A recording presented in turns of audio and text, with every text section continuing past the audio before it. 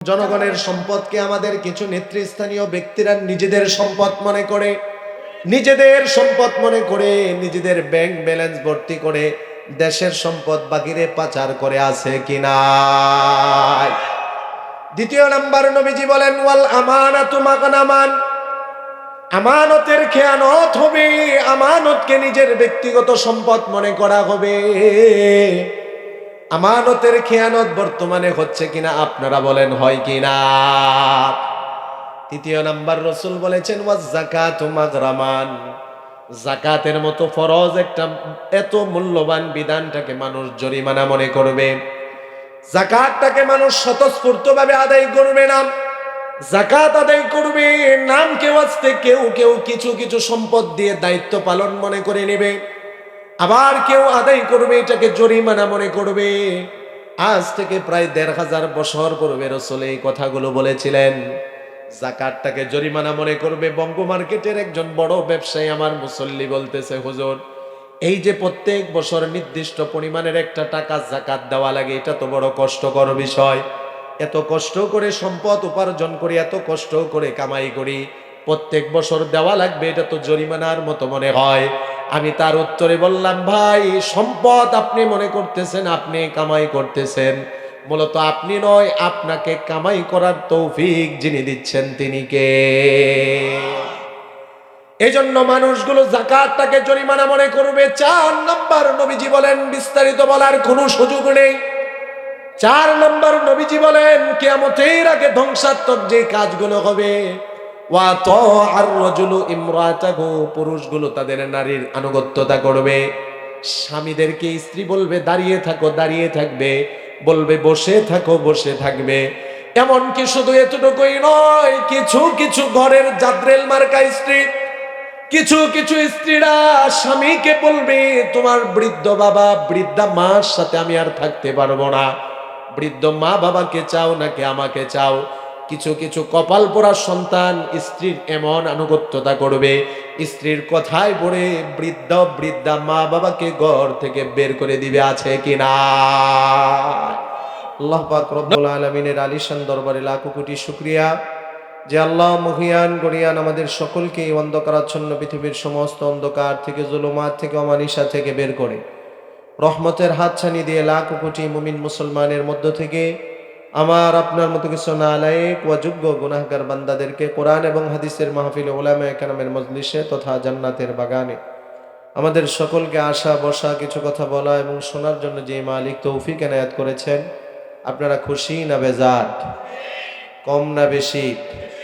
হৃদয়ের সবটুকুন ভালোবাসা উজাড় করে আল্লাহ পাকের শেখানো ভাষায় তারই দেওয়া জবান দিয়ে, শক্তি দিয়ে কালিমাতুশ শুকর আদায় করে উচ্চ আওয়াজে উচ্ছ্বসিত কণ্ঠে সকলে বলছে আলহামদুলিল্লাহ, রব্বানা লাকাল হামদ হামদান কাসীরা তাইয়িবান মুবারাকান ফীহি। আজকের এই মাহফিলকে আল্লাহ কবুল করে নিক। জামিয়া ইসলামিয়া তাহজিবুল উম্মাহ মাদুরবিটা মাদ্রাসাকে আল্লাহ কবুল করে নিক। এই মাদ্রাসা এবং মাহফিলকে ওসিলা করে এলাকাবাসী সবাইকে আল্লাহ কবুল করে নিক। মাদ্রাসার যত হাজাত জরুরিয়াত আল্লাহ তাআলা সবকিছু গাইবে খাজানা থেকে পূরণ করে দিক। সকলে বলি আমিন। এই যে আমরা এখানে আসলাম, যারা এসেছি আমরাই লাভবান, ঠিক কিনা বলেন? যারা আসতে পারেনি এখনো, আশপাশে আছে, দাঁড়িয়ে আছে, বাড়িতে আছে, বিভিন্ন কাজে নিজেকে ব্যস্ত রেখেছে, আমাদের চেয়ে বেশি লাভবান তারা না, ঠিক কিনা বলে? এই যে আমরা আসলাম, এখানে বসলাম, উলামায়ে কেরামের জবান থেকে এত দামি দামি নসিহাগুলো আমরা শুনতেছি, প্রত্যেকটা কথার নূর আমাদের দিলের মধ্যে ঢুকতেছে। যতক্ষণ এখানে আমরা বসে থাকব, আমাদের সগীরা গুনাহ আল্লাহ তাআলা মাফ করে দিবে। সুবহান। শেষ পর্যন্ত থেকে তওবা করে এখান থেকে বিদায় নিতে পারি, গুনাহ নিয়ে এসেছিলাম, বাড়িতে যাওয়ার সময় জীবনে আর কোনো গুনাহ থাকবে না। সুবহান। আল্লাহ পাকের অসংখ্য অগণিত নিয়ামত সমূহের মধ্য থেকে আমাদের উপর সবচেয়ে বড় নিয়ামত, আল্লাহ তাআলা আমাদেরকে ঈমানদার হিসাবে কবুল করেছেন। জোরে বলেন ঠিক কিনা? সবচেয়ে বড় নিয়ামত এটা। আল্লাহ পাকের অসংখ্য অগণিত নিয়ামত, এগুলো গুণে শেষ করা যাবে না। যেমন আল্লাহ পাক রব্বুল আলামিন কোরআনে কারিমে ঘোষণা করেন, ওয়া ইন تعدوا نعمة الله لا تحصوها إن الإنسان لظلوم كفار ও বান্দারা, যদি তোমরা আমি আল্লাহ তোমাদের উপর যে নিয়ামত দান করেছি এই নিয়ামতগুলো যদি তোমরা গণনা করতে থাকো তাহলে তোমাদের হায়াত ফুরিয়ে যাবে, কিন্তু আমি আল্লাহর নিয়ামত গণনা করে শেষ করতে পারবে না। আল্লাহ পাক রব্বুল আলামিন যত নিয়ামত আমাদেরকে দান করেছেন সবচেয়ে বড় নিয়ামত হলো আল্লাহ পাক রব্বুল আলামিন আমাদেরকে ঈমানের মতো দৌলত দান করেছেন, ঈমানের মতো নিয়ামত দান করেছেন। আবেদন করা ছাড়া, প্রস্তাব করা ছাড়া, দরখাস্ত করা ছাড়া আল্লাহ তাআলা আমাদেরকে সকলকে ঈমানদার হিসাবে কবুল করেছেন। এটা আল্লাহ পাকের সবচেয়ে বড় নিয়ামত, বলেন সুবহানাল্লাহ। এরপরে আল্লাহ পাক রব্বুল আলামিন আমাদেরকে সুস্থতার মতো নিয়ামত দান করেছেন, অবসরতার মতো নিয়ামত আল্লাহ তাআলা আমাদেরকে দান করেছেন। এই দুইটা নিয়ামত পেয়ে নিয়ামতের উপযোগ্য প্রয়োগ আমরা করতেছি, পৃথিবীর সবচেয়ে শ্রেষ্ঠতম স্থানে আমরা চলে এসেছি। আল্লাহর নবী বলেন, তিরমিজির বর্ণনা, নি'মাতান মাকবুনুন ফীহিমা কাসীরুম মিনান নাস। আমি আল্লাহর পক্ষ থেকে মানুষের উপর এমন দুইটা নিয়ামত নবীজি বলেন যে দুইটা নিয়ামতের মধ্যে মানুষগুলো ধোঁকায় পড়ে যায়। আল্লাহ পাকের সবচেয়ে বড় নিয়ামতের মধ্যে একটা নিয়ামত হলো আসিহাতু, সুস্থতা। এটা আল্লাহ পাকের সবচেয়ে বড় তো একটা নিয়ামত। দ্বিতীয় নাম্বার আল্লাহ পাকের নিয়ামতের মধ্যে একটা বড় নিয়ামত হলো ওয়াল ফারাগ, অবসরতার একটা নিয়ামত। আমাদেরকে আল্লাহ সুস্থতার নিয়ামত দান করেছেন, অবসরতার নিয়ামত দান করেছেন। পৃথিবীর সবচেয়ে শ্রেষ্ঠতম জায়গায় এসেছি, আল্লাহ পাকের নিয়ামতের শুকরিয়া আদায় করেছি। আমাদের প্রতি যিনি সবচেয়ে বেশি খুশি হয়েছেন মোহাব্বতের সাথে বলেন তিনি কে? সব সময় খুশি করব কাকে, আর সব সময় নারাজ করব কাকে? জোরে বলেন, ঘৃণার সাথে বলেন কাকে? আমরা এখানে আসাতে আমাদের প্রতি খুশি হয়েছেন কে? আর এখানে যারা আসেনি তারা খুশি করেছে কাকে? শক্তি থাকা, ক্ষমতা থাকা এবং সময় থাকা সত্ত্বেও যারা এই মাহফিলকে উপেক্ষা করবে তারা আল্লাহকে খুশি করবে না, তারা কাকে খুশি করবে? শয়তানকে। কেননা শয়তান চায় আমাদেরকে ভালো কাজ থেকে বিরত রাখতে। আল্লাহ সবাইকে আসার তৌফিক দান করুক, সকলে বলি আমিন। সময়টা বড় কঠিন সময় চলতেছে, বড়ই কঠিন সময় চলতেছে। চতুর্দিকে ধ্বংসাত্মক কাজগুলো আমাদের সামনে প্রকাশিত হচ্ছে, ঈমান ধ্বংসাত্মক কাজগুলো একের পর এক আমাদের সামনে প্রকাশিত হচ্ছে। এই সময়টার ব্যাপারে আজ থেকে প্রায় ১৫০০ বছর পূর্বে আল্লাহর নবী বলেছিলেন, সায়াতি আলান নাসি জামান আস-সাবিরু ফীহি আলা দীনিহি কাল কাবিজি আলাল জামার। আল্লাহর নবী বিশ্ব নবী রাহমাতুল লিল আলামিন প্রায় ১৫০০ বছর পূর্বে এই জমানার ব্যাপারে বলেছিলেন, আমার উম্মতের সামনে এমন একটা সময় আসবে যেই সময় আমার উম্মত ঈমানের উপর অবিচল থাকা এমন কঠিন হয়ে যাবে, জ্বলন্ত অঙ্গার হাতের মধ্যে রাখা যেমন কঠিন। ঠিক কিনা বলেন? জ্বলন্ত একটা অঙ্গার হাতের মধ্যে রাখা যেমন কঠিন, আমার উম্মত ঈমানের উপর অটল অবিচল থাকা তেমন কঠিন হয়ে যাবে। ওই সময়টা হলো বর্তমান সময়। ঠিক কিনা?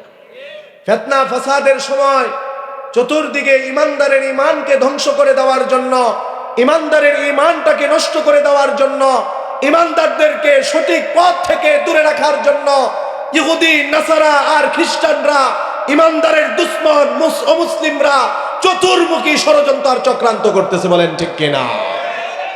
তবে আমাদেরকে মনে রাখতে হবে, ঈমানদারদেরকে মনে রাখতে হবে, ঈমানদার যতই সময়টা কঠিন হয়ে যাক না কেন, সময় যত কঠিন হবে, আমরা যদি ঈমান এবং আমলের উপর অবিচল থাকতে পারি, ঈমান এবং আমলের উপর যদি ইস্তেকামাত থাকতে পারি, ঈমান এবং সুন্নাহর উপর যদি আমরা অটল বিচল থাকতে পারি, তাহলে রাসূলুল্লাহর পক্ষ থেকে এটার পুরস্কারও বেশি ঘোষণা করা হয়েছে। বলেন সুবহানাল্লাহ। যেমন আল্লাহর নবী আরেক হাদিসের মধ্যে বলেন, মান তামাসসাকা বিসুন্নতি আয়ুদা ফাসাদি উম্মতি ফালাহু আজরু মিয়াতি শাগীদ। আমার উম্মতের ফাসাদের সময়, ফিতনার সময় আমার যে উম্মত আমার একটা সুন্নতকে আঁকড়ে ধরবে, আমার ওই উম্মত যে একটা সুন্নতের উপর আমল করবে, আল্লাহ তাআলা তাকে 100 শহীদের মর্যাদা দান করে দিবে। সময়টা যেমন কঠিন, কঠিন সময়ের মধ্যে যদি নেক আমল করি, ঈমান এবং আমলের উপর যদি আমরা অবিচল থাকতে পারি, ইস্তেকামত থাকতে পারি, জীবনের সকল ক্ষেত্রে রাসূলুল্লাহর সুন্নাত আর আদর্শকে যদি ধরতে পারি, পালন করতে পারি, সওয়াব যিনি আমাদের আমলনামায় বেশি দান করে দিবেন, জুড়ে মোহাব্বতের সাথে বলেন তিনি কে? আল্লাহর নবী বলেন, জমানা যত দূরবর্তী হবে কিয়ামত তত কাছাকাছি হবে। নবীজি আজ থেকে প্রায় ১৫০০ বছর পূর্বে কিয়ামতের যতগুলো আলামতের কথা বলেছিলেন, সবচেয়ে বেশি আলামতগুলো এখন পাওয়া যাচ্ছে। আলামতগুলো হলো 2 প্রকার, আলামতে কুবরা, আলামতে সুগরা। ছোট ছোট কিয়ামতের সব আলামতগুলোই পাওয়া গিয়েছে। বড় বড় আলামতের মধ্যে কিছু কিছু আলামত, সারা সব আলামতগুলোই জমিনে দেখা যাচ্ছে। বলেন ঠিক কিনা? এই যে জমিনের মধ্যে ভূমিকম্প হয়, ভূমিধস হয়, মানুষের চেহারা দিনকে দিন বিকৃত হয়ে যাচ্ছে। জমিনের মধ্যে এই যে আযাব আর গজব হচ্ছে, এগুলো মানুষের পাপের কারণে, পাপাচারের কারণে, অন্যায়ের কারণে। জুড়ে বলেন ঠিক কিনা? কিছুদিন আগে কুড়িগ্রাম গিয়েছিলাম। কয়েকজন লোক এসে বলল, হুজুর আমাদের এলাকার পার্শ্ববর্তী এলাকার মধ্যে ঘর বাড়ি সহ মানুষগুলো, জমিনে কিছু মানুষ ধসে পড়ে গিয়েছে। এই যে কিছুদিন পর পর ভূমিকম্প হয়, কিছুদিন পর পর আমরা দেখতে পাই সোশ্যাল মিডিয়ার মধ্যে মানুষের চেহারা দিনকে দিন কুকুর শুকুরের চেহারার মতো হয়ে যায়। এগুলো আযাব আর গজব ছাড়া কিছু না। তিরমিজির বর্ণনা হাদিসের সংখ্যা হলো 2371 নম্বর হাদিস। আল্লাহর নবী বললেন, ইদা ফালাত উম্মতি 15 খসলাতান হাল্লা বিগাল বালা। আমার উম্মত যখন 15টা ধ্বংসাত্মক কাজ করবে, আমার এই উম্মতকে বিভিন্ন আযাব আর গজব দিয়ে আল্লাহ ধ্বংস করবে। জুড়ে বলেন নাউযুবিল্লাহ। সাহাবায়ে কেরাম বললেন, ফাকিলা ওয়া মা কুন্না ইয়া রাসূলুল্লাহ। ওগো নবীজি, 15টা ধ্বংসাত্মক কাজ উম্মত করবে। ধ্বংসাত্মক কাজগুলো কি কি? নবীজি বলেছিলেন প্রায় ১৫০০ বছর আগে। এখন ১৫০০ বছর পরে যদি একটার সাথে একটা মিলান, প্রত্যেকটাই পাওয়া গিয়েছে। রাসূল 1 নাম্বার বলেছিলেন, ইদা কানাল মাগনামু দুয়ালান। 1 নাম্বার ধ্বংসাত্মক কাজ হলো যখন মানুষের ব্যক্তিগত সম্পদকে কিছু মানুষ নিজের সম্পদ মনে করবে। যেমন এখন জনগণের সম্পদকে আমাদের কিছু নেতৃস্থানীয় ব্যক্তিরা নিজেদের সম্পদ মনে করে, নিজেদের সম্পদ মনে করে, নিজেদের ব্যাংক ব্যালেন্স ভর্তি করে দেশের সম্পদ বাহিরে পাচার করে আছে কিনা? 2 নাম্বার নবীজি বলেন, ওয়াল আমানাতু মাগনামান। আমানতের খেয়ানত হবে, আমানতকে নিজের ব্যক্তিগত সম্পদ মনে করা হবে। আমানতের খেয়ানত বর্তমানে হচ্ছে কিনা আপনারা বলেন, হয় কিনা? 3 নাম্বার রাসূল বলেছেন, ওয়াজ যাকাতু মাগরামান। যাকাতের মতো ফরজ একটা এত মূল্যবান বিধানটাকে মানুষ জরিমানা মনে করবে। যাকাতটাকে মানুষ স্বতঃস্ফূর্তভাবে আদায় করবে না। যাকাত আদায় করবে নাম কেউ আসতে, কেউ কেউ কিছু কিছু সম্পদ দিয়ে দায়িত্ব পালন মনে করে নেবে, আবার কেউ আদায় করবে এটাকে জরিমানা মনে করবে। আজ থেকে প্রায় ১৫০০ বছর পূর্বে রাসূল এই কথাগুলো বলেছিলেন। যাকাতটাকে জরিমানা মনে করবে। বঙ্গ মার্কেটের একজন বড় ব্যবসায়ী আমার মুসল্লি বলতেছে, হুজুর এই যে প্রত্যেক বছর নির্দিষ্ট পরিমাণের একটা টাকা যাকাত দেওয়া লাগে, এটা তো বড় কষ্টকর বিষয়। এত কষ্ট করে সম্পদ উপার্জন করি, এত কষ্ট করে কামাই করি, প্রত্যেক বছর দেওয়া লাগবে, এটা তো জরিমানার মতো মনে হয়। আমি তার উত্তরে বললাম, ভাই সম্পদ আপনি মনে করতেছেন আপনি কামাই করতেছেন, মূলত আপনি নয়, আপনাকে কামাই করার তৌফিক যিনি দিচ্ছেন তিনি কে? এই জন্য মানুষগুলো যাকাতটাকে জরিমানা মনে করবে। 4 নম্বর নবীজি বলেন, বিস্তারিত বলার কোনো সুযোগ নেই। 4 নম্বর নবীজি বলেন, কিয়ামতের আগে ধ্বংসাত্মক যে কাজগুলো হবে, ওয়া তাআর রাজুলু ইমরাতাহু, পুরুষগুলো তাদের নারীর আনুগত্যতা করবে। স্বামীদেরকে স্ত্রী বলবে দাঁড়িয়ে থাকো, দাঁড়িয়ে থাকবে, বলবে বসে থাকো, বসে থাকবে। এমনকি শুধু এতটুকুই নয়, কিছু কিছু ঘরের জাদ্রেল মার্কা স্ত্রী, কিছু কিছু স্ত্রীরা স্বামীকে বলবে, তোমার বৃদ্ধ বাবা বৃদ্ধা মার সাথে আমি আর থাকতে পারবো না, বৃদ্ধ মা বাবাকে চাও নাকি আমাকে চাও।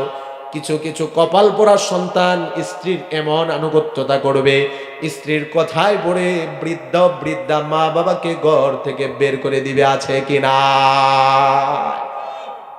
নবীজি বলেছেন এগুলো ধ্বংসাত্মক কাজ। এই কাজগুলো হলে জমিন ধ্বংস হবে, ভূমিকম্প হবে, ভূমিধস হবে, পাথরের বৃষ্টি হবে, আগুনের বৃষ্টি হবে। রাসূল 5 নাম্বার বলেছিলেন, ওয়া কওমাহু, মার অবাধ্যতা বাড়বে, মার মনে কষ্ট দিবে। 6 নাম্বার রাসূল বলেছিলেন, ওয়া আদনা সাদিকাহু, বন্ধু বান্ধবকে যুবকেরা কাছে টেনে নিবে। 7 নাম্বার হলো ওয়া জাফা আবাহু, বাবাকে দূরে ঠেলে দিবে। কিছুদিন আগেও এক যুবকের ঘটনা ঘটেছে, বন্ধুর খুশির জন্য বাবার পকেটের টাকা চুরি করেছে যুবক। এমন আছে কি নাই? মা বাবাকে দূরে সরিয়ে দেয়, মা বাবাকে দূরের মানুষ মনে করে, বন্ধু বান্ধবকে কাছের মানুষ মনে করে। বন্ধু বান্ধবের জন্য যা করে, অনেক যুবক আছে নিজের জন্ম দেওয়া মা বাবার জন্য তা করে না। বলেন ঠিক কিনা? এগুলো ধ্বংসাত্মক কাজ, ধ্বংসাত্মক কাজ। 8 নম্বর নবীজি বলেন, ওয়ারতাফাতিল আসওয়াতু ফিল মাসাজিদি, মসজিদের মধ্যে হট্টগোল বেড়ে যাবে, মসজিদের মধ্যে আওয়াজ বেড়ে যাবে, মসজিদের মধ্যে দুনিয়াবি কথা বেড়ে যাবে।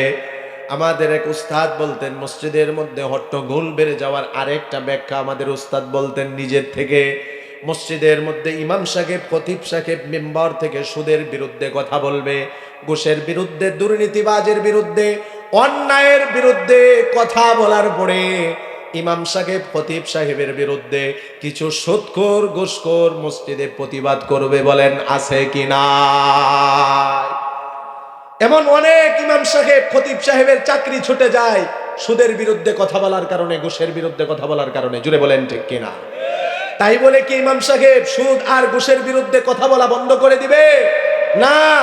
আপনারা খোঁজ নিয়ে দেখেন, যে ইমাম সাহেব সত্য কথা বলেছে, যেই খতিব সাহেব হক কথা বলেছে, যেই আলেম কোরআনের সত্য কথা বলে, সত্যের উপর থাকে, সাময়িক সময়ের জন্য বিপদ আপদ মুসিবত আসতে পারে, তবে ওই আলেম যদি হকের উপর অটল অবিচল থাকে, দুনিয়া এবং আখিরাতে সম্মান যিনি বাড়িয়ে দেন তিনি কে? এরকম কত ইমাম সাহেব আছে সুদের বিরুদ্ধে ঘুষের বিরুদ্ধে কথা বলার কারণে চাকরি হারিয়েছে, এর থেকে ভালো চাকরি পেয়েছে। ঠিক কিনা বলেন? কিন্তু ওই সুদখোর, তার অবস্থা দিনকে দিন অবনতি হয়েছে, ঘুষখোর তার অবস্থা দিনকে দিন অবনতি হয়েছে, জালেম যে আলেমের বিরোধিতা করেছে তার অবস্থা দিনকে দিন অবনতি হয়েছে। ইতিহাস এটাই প্রমাণ করে, আলেম বিদ্বেষী যারা, মসজিদ মাদ্রাসা বিদ্বেষী যারা, উলামা বিদ্বেষী যারা, ছাত্র বিদ্বেষী যারা, তাবলীগ বিদ্বেষী যারা, এদের তারাক্কি কখনো হয় না। যত দিন যাবে অপমান বাড়বে, লাঞ্ছনা বাড়বে, অপদস্থতা বাড়বে, দুনিয়াতেও জুতার বাড়ি খাবে, আখিরাতেও জুতার বাড়ি। বলেন ঠিক কিনা? এটাই ইতিহাস। এই কারণে সবসময় আমরা থাকবো ইসলামের পক্ষে, কোরআনের পক্ষে, মসজিদের পক্ষে, মাদ্রাসার পক্ষে, আলেম উলামার পক্ষে। রাজি আছি ইনশাল্লাহ? আমার মসজিদের খতিব সাহেব, এই যে আপনাদের এলাকার সুনামধন্য খতিব সাহেব, আমার খুব মহব্বত ভালোবাসার মানুষ, একই দেশের একই এলাকার আমরা মানুষ, আব্দুল কাইয়ুম, আবু মোহাম্মদ আব্দুল কাইয়ুম সাহেব। এরকম আরো অনেক আপনাদের খতিব সাহেব আছে। এই যে এখানে আরেকজন আছে, নাম হুজুরের ইকবাল হোসেন সাহেব, আব্দুল আলামিন হক্কানি সাহেব, ওনারা সবাই আমাদের মহব্বত ভালোবাসার মানুষ। আমি আজকে আপনাদেরকে বলে যাই, এই ইমাম সাহেবরা, খতিব সাহেবরা, আশপাশের প্রত্যেকটা মসজিদের ইমাম সাহেব খতিব সাহেব কোরআনের কথা বলে, হকের কথা বলে।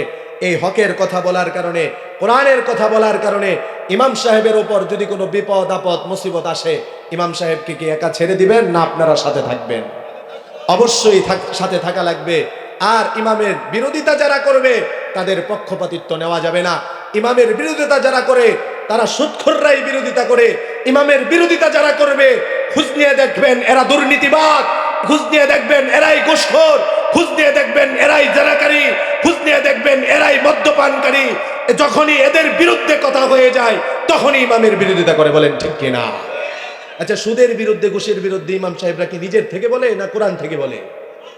তাহলে কোরআন থেকে কথা বলার কারণে যদি ইমাম সাহেবের বিরুদ্ধে কেউ চলে যায়, এতে ইমাম সাহেবের কোনো কিছু করার নেই। জোরে বলেন ঠিক কিনা?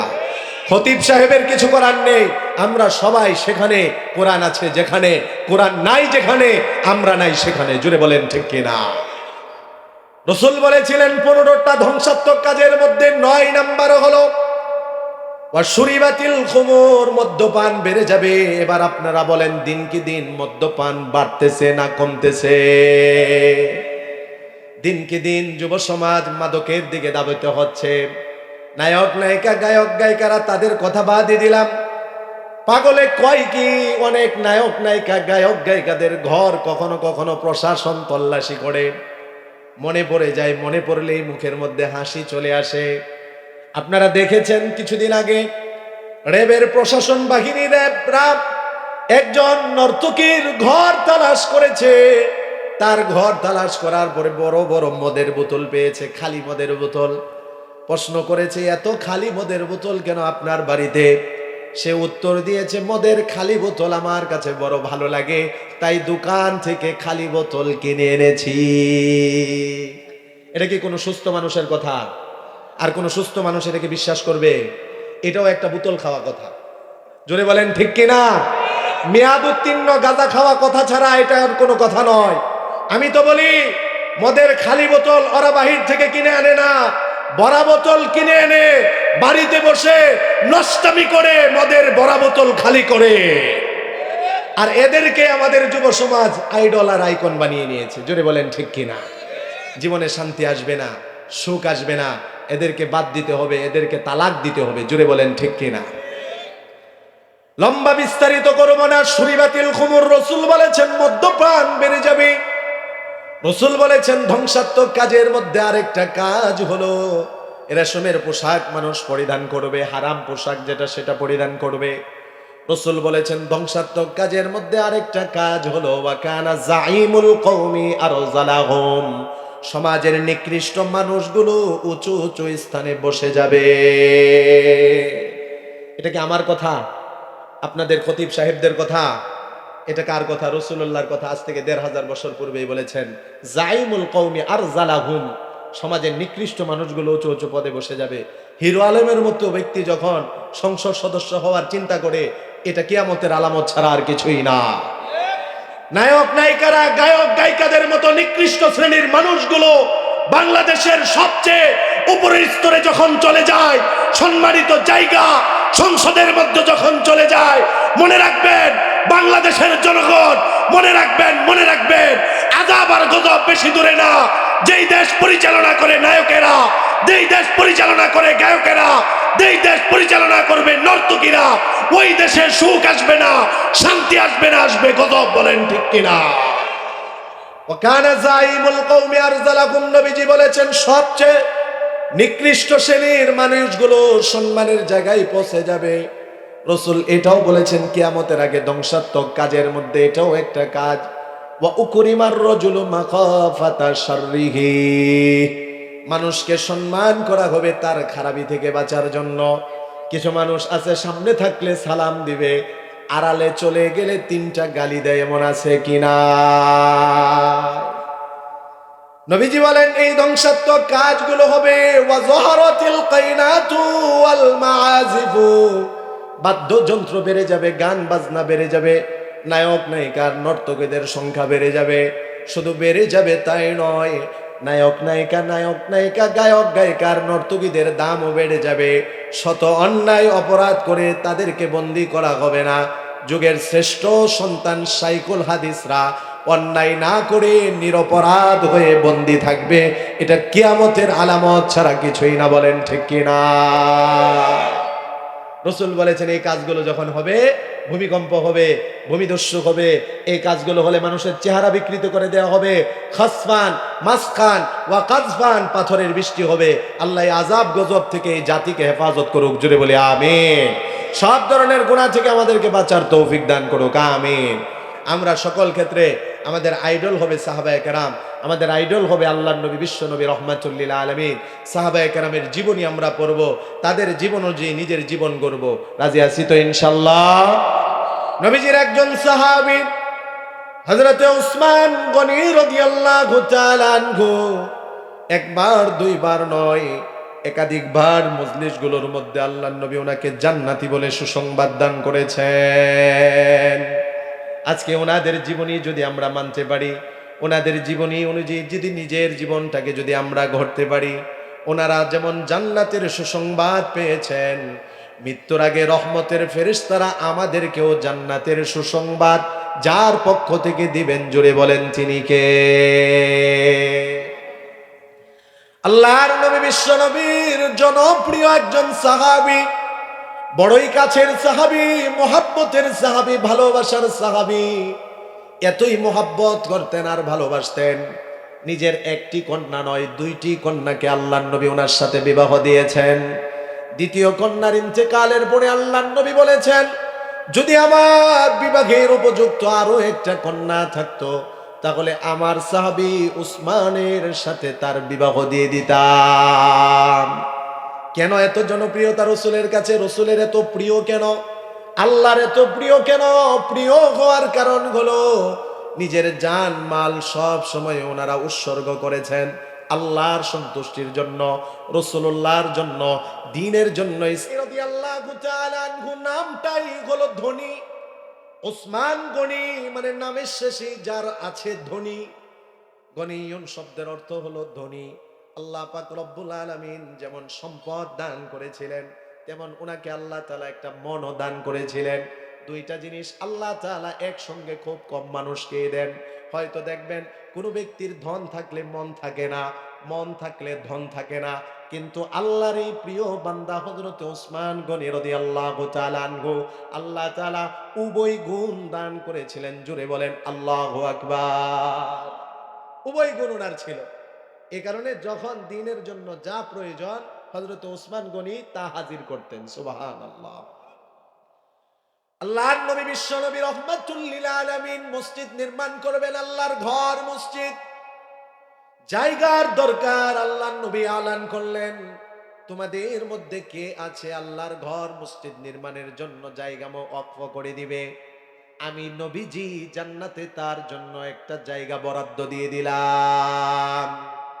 হযরত ওসমান গনি রাদিয়াল্লাহু তাআলা আনহু অনেক টাকা পয়সা ব্যয় করে, অনেক টাকা দিয়ে জায়গা ক্রয় করলেন, ওয়াকফ করে দিলেন এবং বললেন, ইয়া রাসূলুল্লাহ, ওগো নবীজি, আপনি যে সুসংবাদ দিয়েছেন জান্নাতে জায়গা ওয়াকফ বরাদ্দ থাকবে, এই সুসংবাদ কি আমার জন্য বহাল আছে? আল্লাহর নবী বললেন, হ্যাঁ হ্যাঁ ওসমান, তুমি যেমন আল্লাহর ঘর মসজিদের জন্য জায়গা বরাদ্দ দিয়েছ, আল্লাহ তোমার জন্য জান্নাতে জায়গা দিয়ে দিয়েছে। আল্লাহর নবী বলেন, মান বানা লিল্লাহি মাসজিদা বানাল্লাহু লাহু বাইতান ফিল জান্নাহ। আল্লাহর যে বান্দা আল্লাহর সন্তুষ্টির জন্য দুনিয়াতে একটি ঘর, আল্লাহর ঘর মসজিদ নির্মাণ করবে, আল্লাহ পাক রব্বুল আলামিন জান্নাতে তার জন্য একটা প্রাসাদ বানিয়ে দিবেন। এই সুসংবাদ শোনার পরে বাদশাহ হারুনুর রশিদ, বিশ্বনবী রহমাতুল লিল আলামিন, উনার জবান মুবারকের কথাগুলো, হাদিসগুলো তো মিথ্যা হতে পারে না, দিলে প্রাণে বিশ্বাস করেছেন। বিশ্বাস করার পরে বাদশাহ হারুনুর রশিদ অনেক বড় বাদশাহ ছিলেন, খলিফা হারুনুর রশিদ অনেক বড় ব্যক্তি ছিলেন, অনেক বড় আল্লাহর ওলি ছিলেন। এত বড় ক্ষমতা থাকা সত্ত্বেও প্রতিদিন 200 রাকাত নফল নামাজ পড়তেন। জোরে বলা যাবে না আল্লাহু আকবার? আমরা তো একটা চাষটলের মালিক হলে নিজেকে বড় ব্যস্ত মনে করি, ফরজ নামাজ পড়ার টাইম আমার হয় না, ঠিক কিনা? 8-10 হাজার টাকার বেতনে চাকরি করি, নিজেকে বড় ব্যস্ত মনে করি, আজান দিলে এক ওয়াক্ত তো দূরের কথা, জুমার নামাজ অনেক সময় পড়তে পারি না, ঠিক কিনা? ঈদের নামাজটাও পর্যন্ত পড়তে পারি না। অথচ ওনারা এত বড় ব্যক্তি ছিলেন, এত ব্যস্ততা ছিল, তারপরও এই ব্যস্ততা ওনাদেরকে আল্লাহর ইবাদত থেকে দূরে সরাতে পারতো না। জোরে বলেন আল্লাহু আকবার। খলিফা হারুনুর রশিদ রাসূলুল্লাহর এই হাদিসকে দিলে প্রাণে বিশ্বাস করে এবার তিনি আল্লাহর সন্তুষ্টির জন্য একটা মসজিদ নির্মাণ করবেন। কেননা আল্লাহ সন্তুষ্টির জন্য যে একটা মসজিদ বানাবে, আল্লাহ তার জন্য জান্নাতে একটা কি দিবেন? বালাখানা দিবেন। সুবহানাল্লাহ। এই জন্য বাদশাহ খলিফা হারুনুর রশিদ নিজস্ব অর্থায়নে মসজিদ নির্মাণ করতেছেন।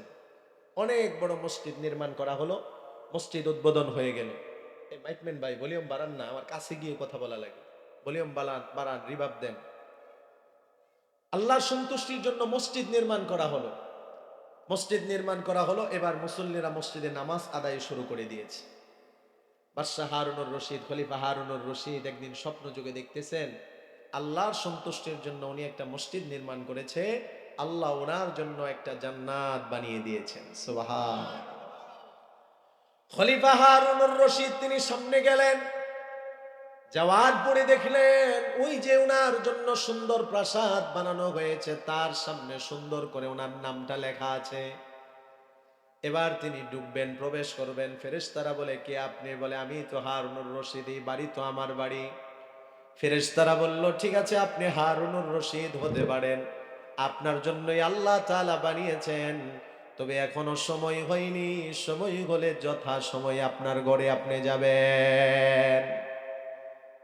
খলিফা হারুনুর রশিদ ঘুরে ফিরে তিনি দেখতেছিলেন, ঘুরতেছেন, দেখতেছেন। আশ্চর্যের বিষয় হলো পাশেই তিনি দেখলেন সুন্দর আরেকটা প্রাসাদ বানানো, তবে ওই প্রাসাদের সামনে ওনার নাম লেখা না। ওনার যে মসজিদ, আল্লাহর ঘর মসজিদ নির্মাণ করেছিল, ওনার যে রাজমিস্ত্রি ছিল, ওই রাজমিস্ত্রির নাম লেখা। ঘুমটা ওনার ভেঙে গেল।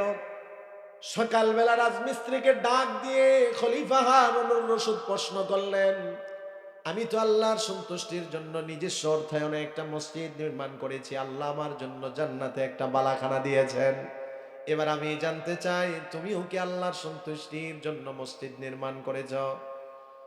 এবার রাজমিস্ত্রি চোখের পানি ছেড়ে দিয়ে বলেন, না না, ও খলিফা হারুনুর রশিদ, আমার তো সেই পরিমাণ অর্থ নেই, টাকা পয়সা নেই যে আমি আল্লাহর সন্তুষ্টির জন্য নিজের অর্থায়নে মসজিদ বানাবো।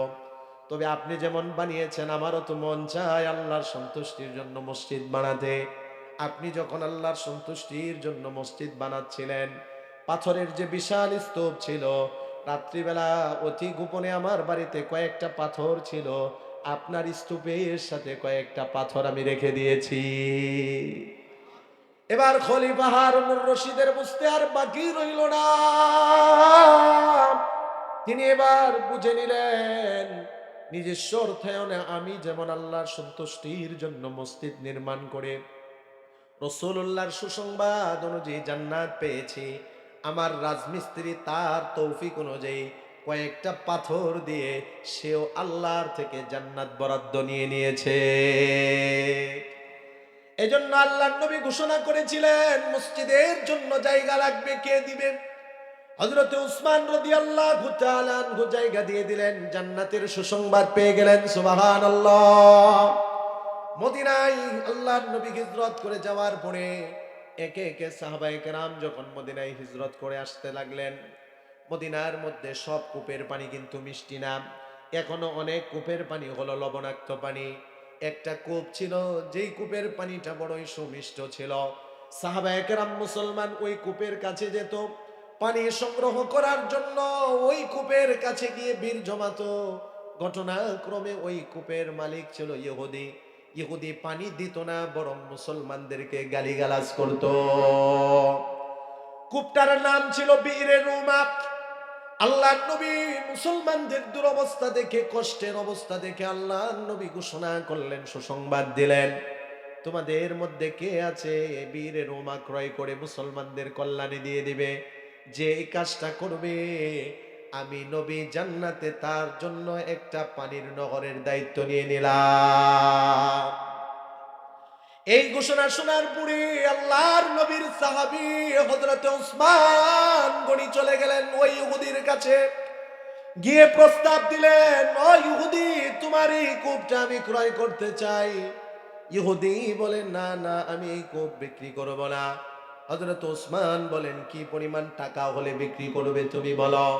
ইহুদি যখন দেখলো তার কূপের বড়ই চাহিদা, আমাদের দেশেও ইহুদি মার্কা কিছু মানুষ আছে, তারা যখন দেখে কোনো পণ্যের প্রতি মানুষের বড় চাহিদা, তখন মানুষকে আরো বিপদে ফেলে দিয়ে পণ্যের দাম বাড়িয়ে দেয়, আছে কিনা?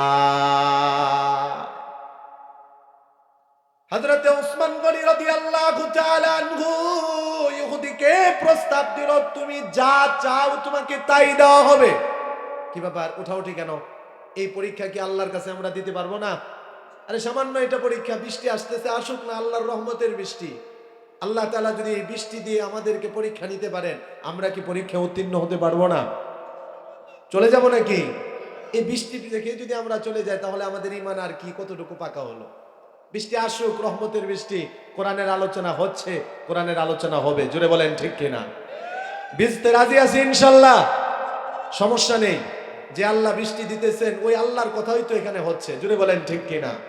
আল্লাহর কাছে দোয়া করেন, সবাই পড়েন আল্লাহুম্মা লা আল্লাহুম্মা হাওয়া আলাইনা ওয়ালা আলাইনা, আল্লাহুম্মা হাওয়া আলাইনা ওয়ালা আলাইনা। আল্লাহ, কোরআনের কথা শোনার সুযোগ আল্লাহ আপনি আমাদেরকে দিয়ে দেন, যদি বলি আমিন। হযরত উসমান গনি রাদিয়াল্লাহু তাআলা আনহু চলে গেলেন ইহুদির কাছে, কি পরিমাণ সম্পদ তুমি চাও, যা চাইবে তা দিয়ে আমি কূপটা ক্রয় করব। ইহুদি ওই কূপ বিক্রি করলো, তবে অর্ধেক কূপ বিক্রি করলো। বলবেন হুজুর, অর্ধেক কূপ আবার কিভাবে বিক্রি করে? অর্ধেক কূপ বিক্রি করার অর্থ হলো, ইহুদি বলে, ঠিক আছে, তুমি যদি আমাকে এই পরিমাণ টাকা দাও, এই কূপের একদিনের মালিক তুমি, আরেক দিনের মালিক আমি। হযরত উসমান রাদিয়াল্লাহু তাআলা আনহু তাই করলেন, একদিনের মালিকানা তিনি ক্রয় করে নিলেন। মুসলমানদেরকে এবারে বলে দিলেন, ও মুসলমানরা, যেই দিন আমি উসমান এই কূপের মালিক, সেই দিন তোমরা পানি সংগ্রহ করবে, পানি নেবে, পানি জমা করে রাখবে। মুসলমান যেই দিন হযরত উসমান কূপের মালিক থাকে, ওই দিন কূপ ক্রয় করে মুসলমান ওই দিন পানি সংগ্রহ করে জমা রেখে দেয়। এক পর্যায়ে ওই দিন, যেই দিন ইহুদি মালিক থেকে কেউ আসে না, ইহুদি পরের দিন হযরত উসমানকে বলেন, পোড়া কূপই ক্রয় করে নেন। পোড়া কূপ ক্রয় করে বীরের ওমান মুসলমানদের জন্য দিয়ে দিলেন। আল্লাহ তাআলা সুসংবাদ দিয়ে দিলেন, ও হাবিব, আপনার উসমানকে জানিয়ে দেন, জান্নাতে আমি আল্লাহ তার জন্য একটা নহর বরাদ্দ দিয়ে দিয়েছি। এজন্য হযরতে সাহাবায়ে কেরামের জীবনী পড়লে দেখা যায়, আল্লাহর জন্য, দ্বীনের জন্য তারা উৎসর্গ করেছেন, কুরবানি করেছেন। আমরা জানমাল কুরবানি করতে রাজি আছি তো? খুতুবাতে হাকিমুল ইসলামের মধ্যে কারি তৈয়ব সাহেব রহমাতুল্লাহি আলাইহি সুলতান মাহমুদ গজনবী রহমাতুল্লাহি আলাইহির জীবনী উল্লেখ করেছেন। সুলতান মাহমুদ গজনবী রহমাতুল্লাহি আলাইহি আফগানিস্তানের বড় বাদশা ছিলেন। এখন বর্তমানের রাজধানীর নাম হলো কাবুল, আগে ছিল গজনি। উনিও আল্লাহর বড় ওলি ছিলেন। প্রতিদিন 200 রাকাত উনিও নফল নামাজ আদায় করতেন। আল্লাহু আকবার, জোরে বলতে হবে আল্লাহু আকবার। একটু কোরবানি করি, একটু কোরবানি করি, মেহেরবানি করে বসি একটু। বিজি না, একদিন বিজলে সমস্যা নেই। আল্লাহ পাক হয়তো আমাদেরকে পরীক্ষা নিতে চাচ্ছেন, আমরাও পরীক্ষা দেই। আল্লাহ আমাদের ঈমান আপনি বাড়িয়ে দেন, জোরে বলি আমিন। আল্লাহ আমাদের ঈমান আরো বাড়িয়ে দেন। সুলতান মাহমুদ গজনবীর মনে একটা স্বপ্ন ছিল, রসুলকে স্বপ্ন যুগে দেখা। 1 বছর, 2 বছর, 12 বছর হয়ে গেল রসুলকে স্বপ্ন যুগে দেখেননি।